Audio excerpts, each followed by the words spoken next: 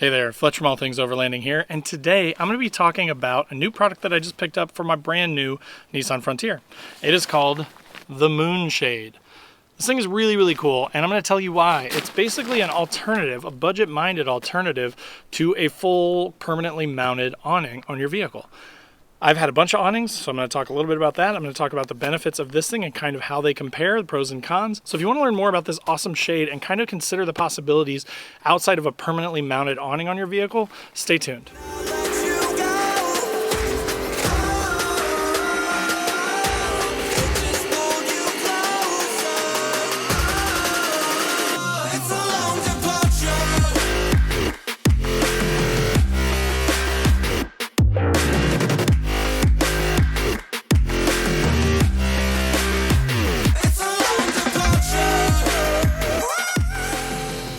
So historically, most overlanders, right, most of us that are into camping and stuff and want to slap stuff on our rigs, you would go to the side of your bed rack or your SUV and you would, maybe your roof rack, you would mount a big old huge heavy awning on the side, right? Like even the 6.5 or 8 foot sort of 2-pole deals like a Smitty-built or an ARB, that kind of thing, probably weighs somewhere in the neighborhood of 30, 40, 50 pounds, somewhere in that ballpark. I have an OVS 180 awning, weighs about 60 pounds. It's a big boy. I love that awning. It's great, don't get me wrong, but it's really big, and it's permanently on the side of my truck, and it's slapping against trees and stuff, and it's, you know, it gets wet, and then you got to put it away, and there are a lot of pros and there are a lot of cons of that permanently mounted awning, right? Also, setup is kind of a pain in a lot of cases. Now, not so much with the freestanding like the OVS or the rugged bound / big country 4x4. Those are pretty easy to set up. But in a lot of cases, they're kind of a pain to set up. You kind of look like a fool. You're wrestling with this big thing and trying to get these legs down and get these poles in to give it some structure. With the Moonshade, what I like about it is it's really small. It folds up. It's portable. It's not permanently mounted to your vehicle, so one, it's not a risk for being stolen. It's not at risk for being damaged by trails and things like that. The other thing is you could use it on multiple vehicles. So instead of having to buy an awning for, your truck and your wife's vehicle, or, if you have multiple vehicles that you're running, you could pop it out. If you have a friend's vehicle that's parked in a better spot than yours at camp and you guys want to throw up some shade, you could throw this on the other person's vehicle. So there are just kind of a lot of cons of having a permanently mounted awning versus one that's versatile and portable that you could attach to anything. Full transparency here, guys. One of the sort of two head honchos at Moon did reach out to me through my website and kind of said, hey, we like your content. We'd like to talk to you a little bit about our products. And if you'd like to check them out, we'd be happy to send you one. So I want to be totally transparent about that, let you guys know that up front. But I also want to let you know that one of the really cool things that happened was I was able to hop on the phone with, one of the main guys at Moon for about an hour and a half.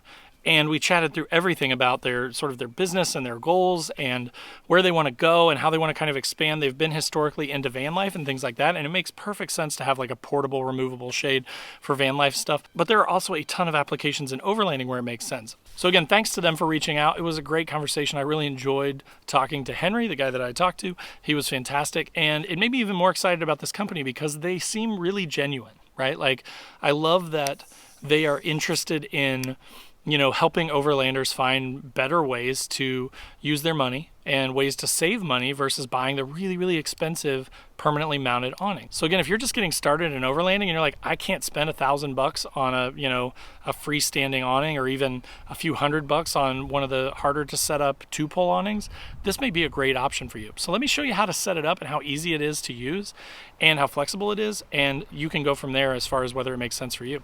All right, so let's start with what comes in the package, right? Now, some of this stuff may not be default. You may have to order it. They have a ton of options for things that you can order, depending on your setup, right? Depending on how you want to use it. But it comes, of course, with the main shade. This is kind of the poles that suspend the shade and hold it up.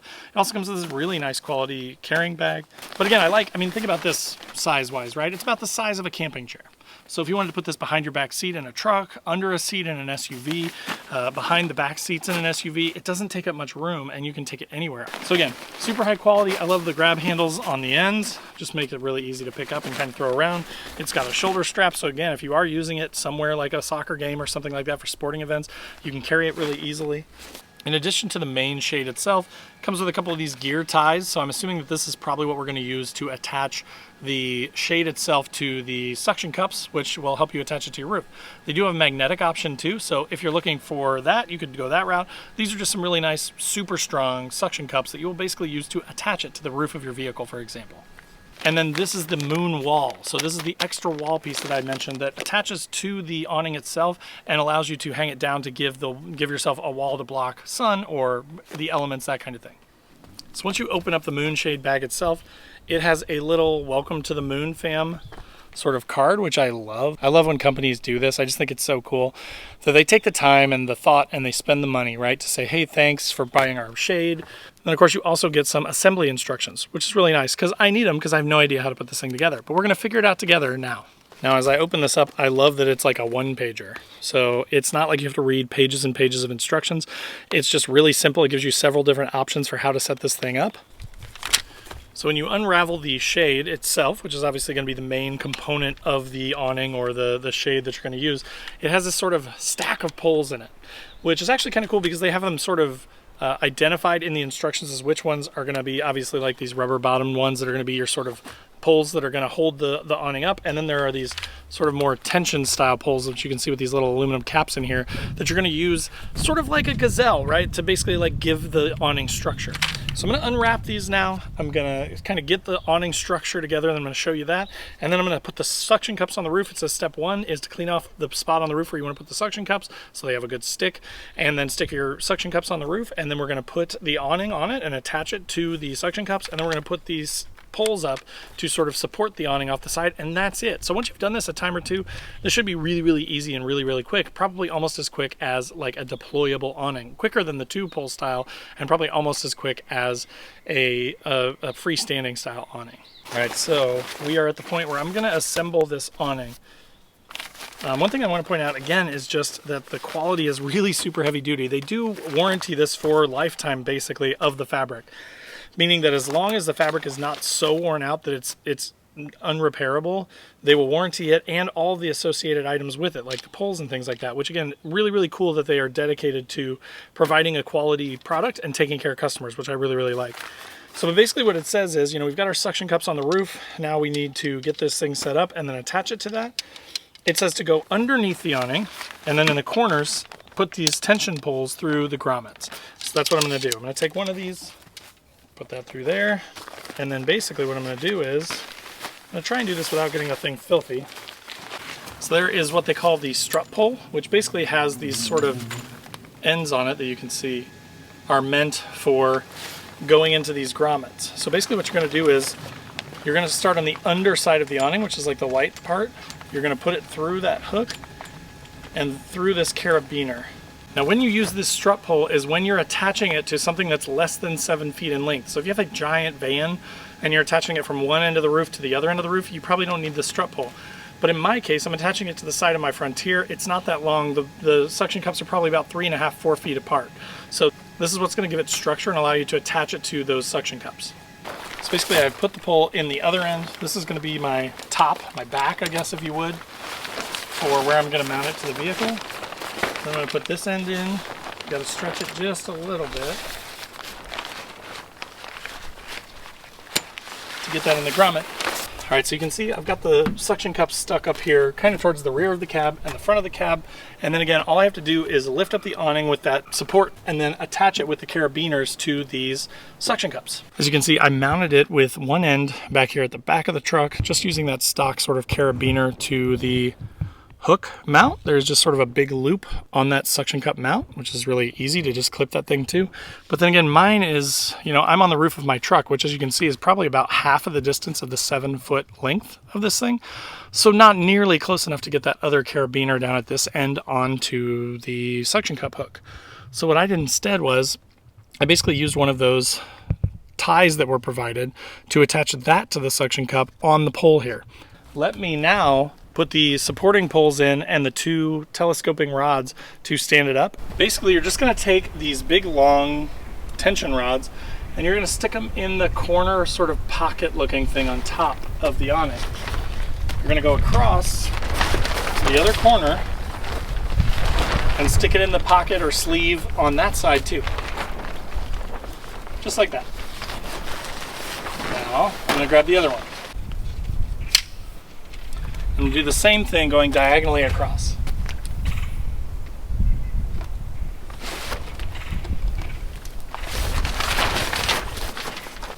then all you're going to do is you're going to attach, just like you would with a tent, right? If you've set up a tent before, you've seen the same type of setup where there are clips that attach to the poles.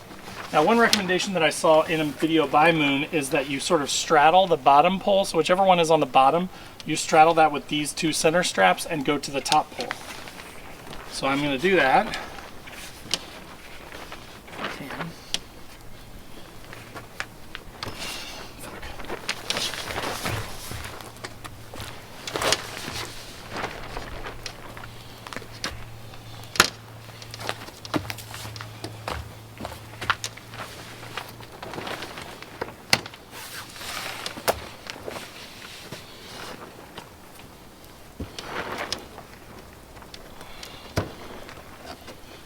So now you can see that the whole thing actually has structure now. Now, another pretty cool thing that I really like about this is that the poles are adjustable.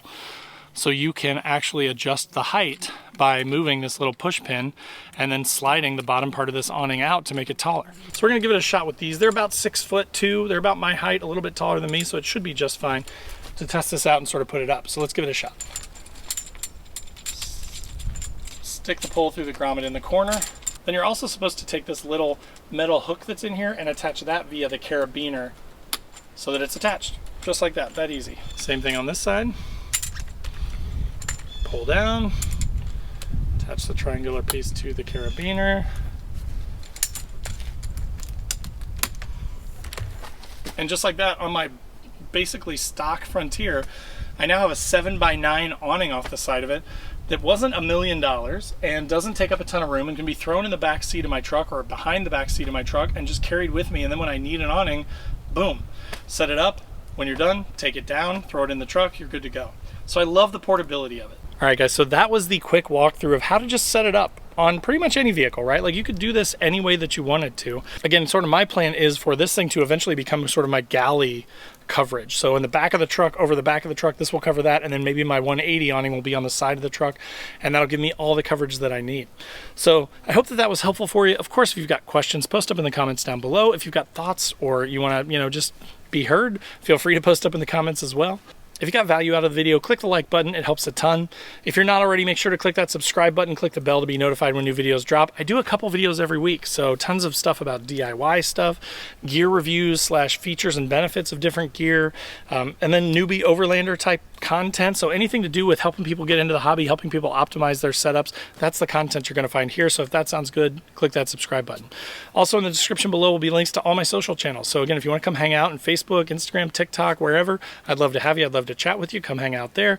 Last but not least, I've got a Patreon and a Facebook group. The Patreon has a Discord associated with it. We all kind of chat 24/7, have a once a month call, which is awesome.